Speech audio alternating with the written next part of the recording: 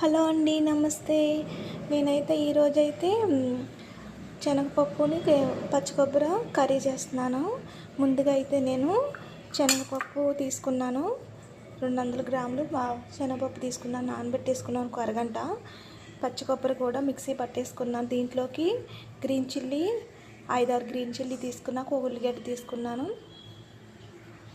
First అయితే నానబెట్టుకున్న పప్పు అయితే వేసేసుకోవాలి. కడిగి పెట్టుకున్నాను కదా ఇవన్నీ.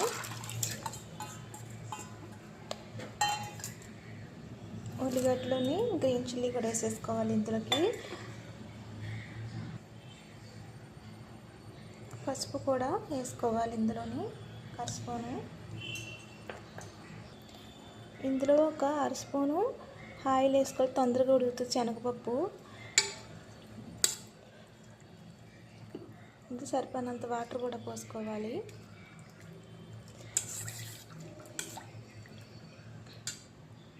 సరిపడినంత వాటర్ పోసేసుకున్నాం కదా, స్టవ్ వెలిగించుకొని బాగా ఉడకనివ్వాలి శనగపప్పు అదిని అన్నీని.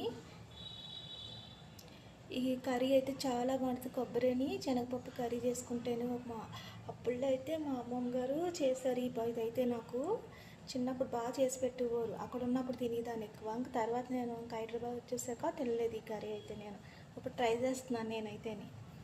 ఇది గుర్తొచ్చి సడన్గాను అయితే కారం బదులు గ్రీన్ చిల్లీ ఎక్కువ వేసాను కదా, కారం అంత అవసరం ఉండదు. మీ ఇష్టం అంటే వేసుకుంటే వేసుకోవచ్చు, లేకపోతే తీసేయచ్చు, అవసరం లేదు.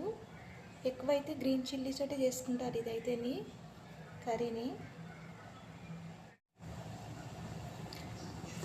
పప్పు అయితే బాగా ఉడికినవా సిమ్లో పెట్టుకుని ఉడకనివ్వాలి బాగా. ఇది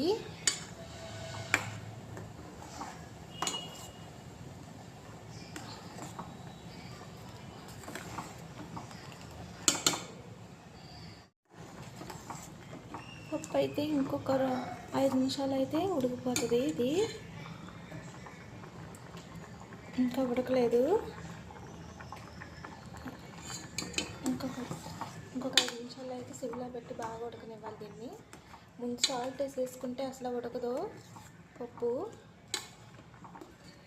సాల్ట్ కానీ చింతపండు కానీ కారం కానీ వేసేసుకోకూడదు. ముందుగా అయితే ఉడకదు ఇది అయితేని. చాలా కదా, తొందర టైం పడుతుంది ఇది మనకి.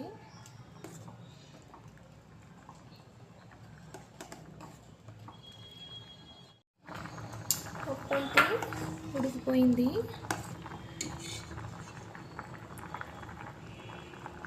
ఇలా ఉడికిపోవాలి. ఇందులో ఇప్పుడు పచ్చి కొబ్బరి తురుముకున్న పచ్చి కొబ్బరి కూడా వేసేసుకోవాలి. ఒక 5 నిమిషాలు బాగా ఉడకనివ్వాలి ఇదంతాను. పచ్చి కొబ్బరి ఇది కాంబినేషన్ చాలా బాగుంటుంది. ఇది అదృపతంగా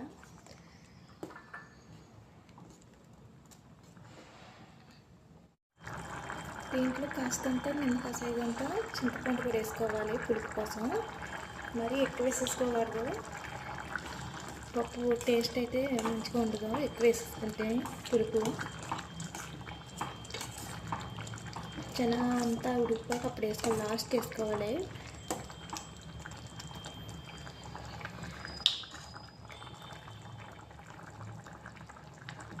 కడుగు పెట్టుకున్న కొత్తిమీర కూడా దీని మీద వేసేసుకోవాలి.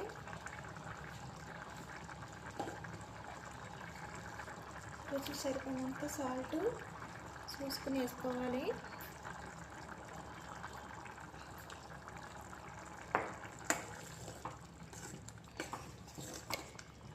ఒక 2 నిమిషాలు బాగా ఉడకనిచ్చి సిమ్లో పెట్టి బాగా ఉడకనిచ్చి అప్పుడు తాలింపు వేసుకోవాలి ఇది పప్పుని.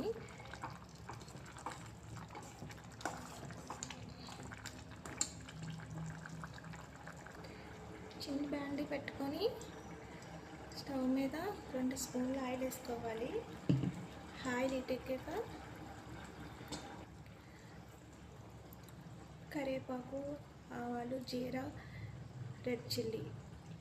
దీంట్లో ఎల్లుల్లిపాయలు వేసుకోకూడదు, మీ ఇష్టం వేసుకుంటే వేసుకోవచ్చు. నేనైతే ఎల్లుల్లిపాయలు వాడను ఇందులోకి, టేస్ట్ అయితే మనకు మంచిగా అనిపించదు. ఆయిల్ ఇటెక్కింది కదా, ఇవన్నీ వేసేసుకుంటున్నాను నేనైతే. పోపులు, కరివేపాకు అన్నీ.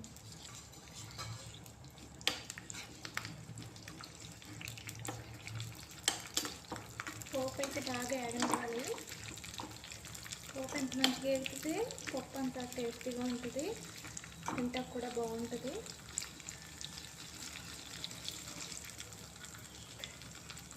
ఇందులో కాస్తంత ఇంగువ కూడా వేసుకోవాలి.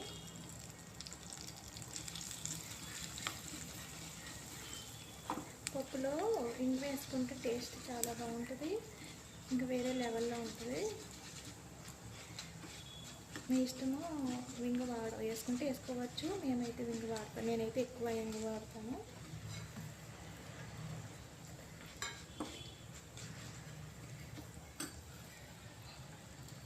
కరివేపాకు కూడా వేసేసుకుంటున్నాను ఇందులో.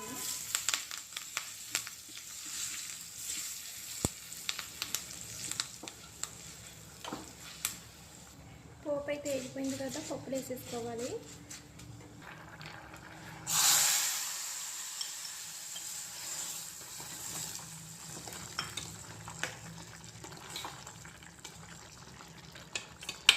ఈ పోపు వేస్తాం కదా, స్మెల్ అయితే చాలా బాగా వస్తుంది.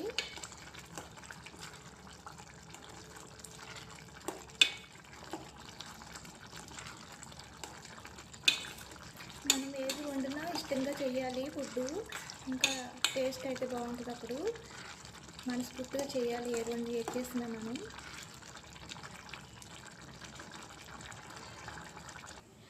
పులుపు, ఉప్పు, కారం అన్నీ సరిపోయి, మనం రెడ్ చిల్లీ గ్రీన్ చిల్లీ వేసాం కదా, అంత కరెక్ట్గా సరిపోని సాల్ట్ అదిని. ఇంకా అసలు పప్పు అయితే ఇవి కొబ్బరిని శనగ చేసుకుంటే ఇవి రెండు కాంబినేషన్ చాలా బాగుంటుంది, హైలైట్గా ఉంటుంది కర్రీ అయితేని ఇలా చేసుకుంటేని. దీన్ని పప్పు మామూలుగా కర్రీయే కాదు పప్పు కూడా అంటారు ఇలా చేసుకున్నది, నేనైతే కర్రీ అని అంటున్నాను. తప్పకుండా మీరు ట్రై చేయండి, చాలా చాలా బాగుంటుంది ఈ పప్పు అయితేని ఇలా చేసుకుంటేని. స్మెల్ కూడా చాలా బాగా వస్తుంది, తాలింపు వేసాను కదా అంటే ఇంకా బాగా స్మెల్ వస్తుంది పప్పు. మీలో ఎవరైనా ఫ్రెండ్స్ ఉంటే షేర్ చేయండి, లైక్ చేయండి. బాయ్ అండి.